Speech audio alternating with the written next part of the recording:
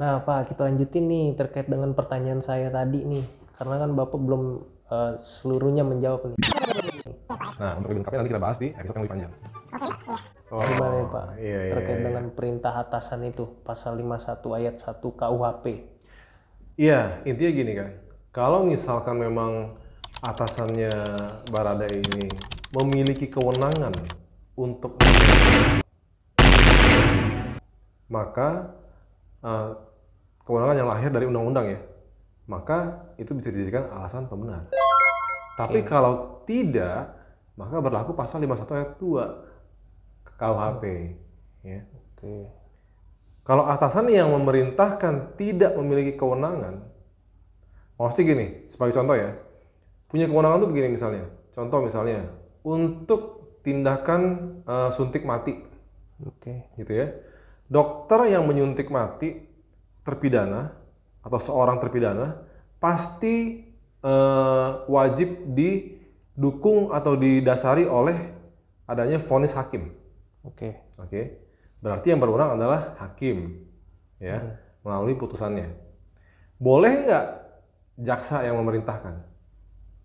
Tidak, Pak. Boleh. Boleh nggak jenderal polisi yang memerintahkan? Enggak, Pak. Enggak, karena memang di dalam hukum undang-undang sudah ada tuh kamar-kamarnya. Siapa yang berwenang? Oke. Nah, dalam hal melakukan eksekusi terhadap nyawa seseorang, merampas nyawa seseorang, dalam hal ini nyawa Brigadir J, Oke. seorang jenderal polisi tidak ada satupun yang memiliki kewenangan untuk itu dari undang-undang. Bisa dilihat di semua undang-undang yang ada di negara ini. Oke. Artinya, pasal 51 ayat 2 berlaku bahwa perintah atasan dari Baradae ini tidak ada kewenangan atau tanpa kewenangan. Berarti hapus pidananya gitu ya, Pak ya? Oh, enggak dong. Pasal 51 ayat 2 malah kalau atasannya tidak berwenang, tidak hapus pidananya. Oke. Iya, Pak, betul. Gitu loh. Jadi terancam. Terancam ya, Pak ya? Oke, tapi kalau misalnya dia melakukan tindakan karena memang keadaannya dia nggak tahu nih kewenangannya si atasan gimana tuh, Pak? Nah, di pasal 51 ayat 2 itu jelas. Kalau dia mengira bahwa atasannya punya kewenangan, Oke. tetap bisa dibenarkan. Oke. Gitu. Tapi tinggal Baradae-nya yang wajib membuktikan. Pembuktiannya, Pak ya? Betul.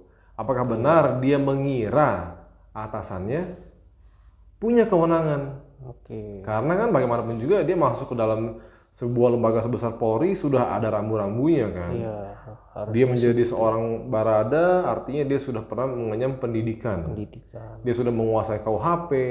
Penegak hukum juga dia, Pak ya? Betul. Dan dia sudah tahu kalau Brigadir J bukan seorang kriminal. Iya. Ya kan? Artinya dasarnya apa? Iya. Dia melakukan eksekusi itu. Gitu.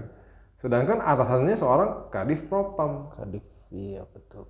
Gitu. Propam itu bicara soal sanksi administratif. Iya. Dan dia sudah tahu kalau untuk pelanggaran pidana, jika memang benar terbukti ya ada pelecehan terhadap majikannya, itu harus dibuktikan lewat pengadilan yang prosesnya masih panjang. Gitu loh. Jadi dasarnya apa bagi si Baradae ini mau mengeksekusi Brigadir J? Ya kan? Kalau tadi dokter berani mengeksekusi seorang terpidana mati atau dengan vonis mati ya, karena adanya putusan hakim. Nah, kalau ini apa dasarnya? Iya. Kalau dibilang dasarnya pelecehan itu, Pak?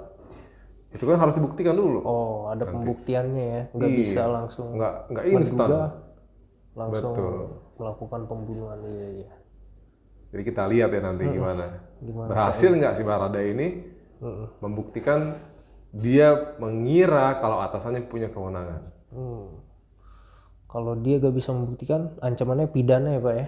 Bisa Ancamannya ya? kena. Wah, Semoga mengedukasi. semoga mengedukasi buat semuanya.